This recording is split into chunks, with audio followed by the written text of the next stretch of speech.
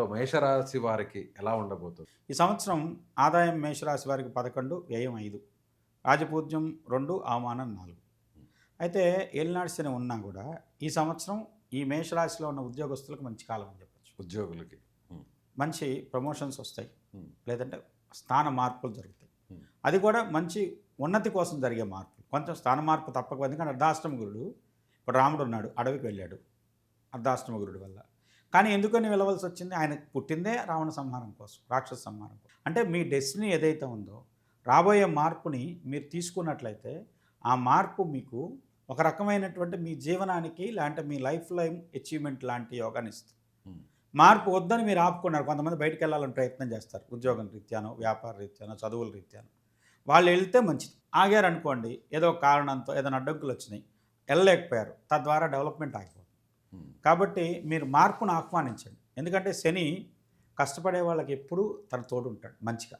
శని సహాయ సహకారాలు ఎవరికి అందిస్తాడంటే కష్టపడే వాళ్ళకు, పంక్చువాలిటీ ఉన్నవాళ్ళు, వాళ్ళని ఎవరిని శని డిస్టర్బ్ చేయడు. డిసిప్లిన్ని బాగా. ఎందుకంటే శని ఆంజనేయ స్వామి దగ్గర ఎందుకు ఫెయిల్ అయ్యాడు? నాకు ఇది కావాలని ఆంజనేయ స్వామి ఏమనుకోవాలి, అతని లాభం కోసం చేసిందంతా రాముడి కోసం చేశాడు. చేసిందంతా డైరెక్ట్గానో ఇండైరెక్ట్గానో లోక కళ్యాణం ఉంది. ఆంజనేయ స్వామి దగ్గర శని వచ్చేసేసి ఆయన పాదాల కింద నలిగిపోయి ఉంటాడు. ఎందుకు అంటే ఆయన ఆంజనేయ స్వామికి నాకు ఇది కావాలని స్వార్థం లేదు. ఇక స్వార్థపరుల్ని, లేదంటే సౌఖ్యం కోరుకొని, అబ్బా మంచి ఏసీలో కూర్చోవాలి, నేను ఒక్కడే బాగుండాలి, లేదంటే మంచి 4 పూట్ల మంచిగా భోజనం చేయాలి, టిఫిన్ చేయాలి, లేదంటే స్నాక్స్ తీసుకోవాలి, మళ్ళీ రాత్రికి భోజనం చేయాలి, ఇలా తన సౌఖ్యాన్ని చూసుకునే వాళ్ళ విషయంలో ఏదో ఒకటి కట్ చేద్దామని ప్రయత్నం చేస్తాడు. నాకు అసలు ఏమొద్దు, నువ్వు నాకు ఇవ్వాల్సిన పని లేదంటే, బాబాబు నీ కాళ్ళ దగ్గర పడి ఉంటానంటాడు. ఆ విధంగా మనకి ఇక్కడ ఆంజనేయ స్వామి తత్వాన్ని అర్థం చేసుకుంటే అండి, శని పూర్తిగా మనం ఏం చేయలేడు. నిస్వార్థంగా ఉండాలి.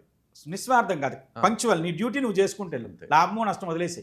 దైవాధీనం అనాలి. కృష్ణుడు గీతలో చెప్పింది, కర్మణ్యేవాధికారస్యే మా ఫలేత్ కదాచన. నాకు మీద కర్మ ఫలితాన్ని వదిలేసి నీ కర్మ చేసుకుంటే నేను నీకు ఎందుకు ఫలితమేమో. అదేవిధంగా వీళ్ళు కనుక మేషరాశి వాళ్ళు కనుక ఈ సంవత్సరం దాన్ని అలవాటు చేసుకున్నట్టయితే చాలా మంచి ఫలితాలు వస్తాయి.